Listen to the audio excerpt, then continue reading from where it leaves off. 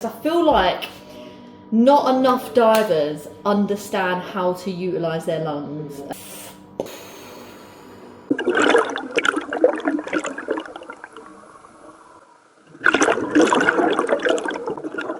Hello, welcome to my channel. If you are new here, my name is Amy and I teach people how to scuba dive. Today we're going to be discussing breath control.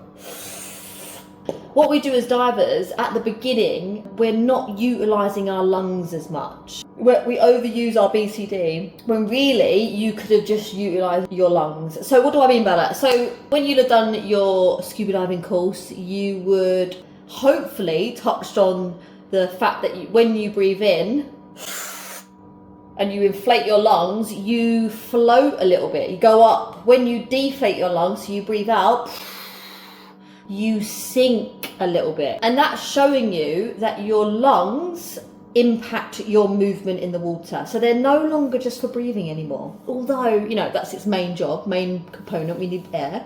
But like, I don't know if anyone's been to yoga. I mean, I've tried many a times. Yoga, by the way, I really wish, I mean, I obviously just need to practice.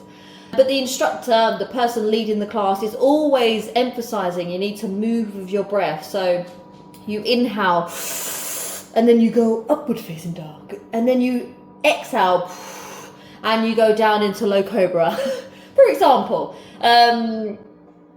Meanwhile, I'm trying to do it, and because I'm really unfit, I'm just completely out of breath, and I can't sync my breath with my body. The good news is, with scuba diving, it's like a byproduct of breathing.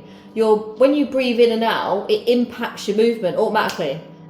Without you having to try and marry them up. They're already married up, if that makes sense. Now, other things to be aware of when we're thinking about our breath and how it impacts our movement is also what type of breathing rhythm do you have? So that could be deeper breath. So if I want to go up quite dramatically, I really want to inflate my lungs. So I take a deeper breath in to go up. If I find that I'm sinking at one point, and, you know, just rather than adding air to my BCD, just take a deeper breath in to go up. If I want to sink quite dramatically, I am going to empty my lungs. So I really deflate my lungs and I'm able to descend. Now, if I want to maintain my position in the water at one point, does not saying that I'm going to be breathing this way the entire dive, but if I want to have this little moment with an octopus, you know, make friends with them, I have to maintain my position. I can't be flopping around or going up and down, up and down. And what really helps with this is shallow breathing, okay? So, now we're not hyperventilating. We are doing equal amounts in and equal amounts out. And what that does is it helps stabilize your position. You're able to maintain that depth as though you're literally just hanging in the air. Shallow breathing really helps maintain that position. Try it next time you go diving. Experiment with your breathing rhythm. Take a deeper breath in and then see what happens. And see what happens. Shallow your breath.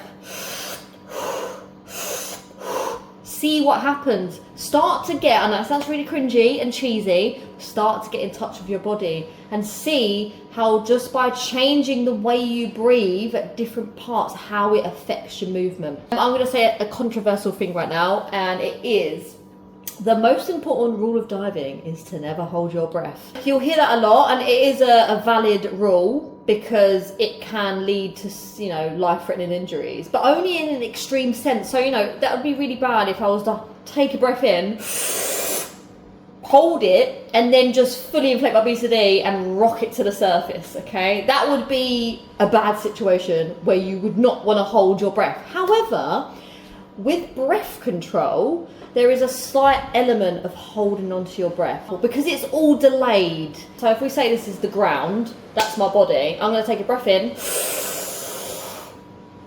then I rise, okay? Again, same with exhaling, then I sink. So be patient under the water. In the sense of holding on to your breath, if I want to rise, I do have to hold on to my breath for a split second, okay? So I take a breath in. As I start to rise and I've got that movement, that's when I would breathe out. I would no longer hold on to that breath. When we're on the surface, you're not really thinking about your breath, are you? You just breathe without thinking. With diving, it's really beautiful because it's kind of meditative. Oh my God, I finally said that word. I could never say that word.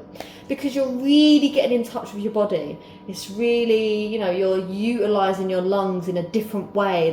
They have two components. You use them to, you know, get oxygen into your body, but also you're using it to control your movement. And it's absolutely beautiful. Once that clicks for you, it is what makes scuba diving glorious. I know that's a lot to take in, and hopefully that makes a little bit of sense, but next time you go diving, start to experiment with your breathing and how it impacts your body.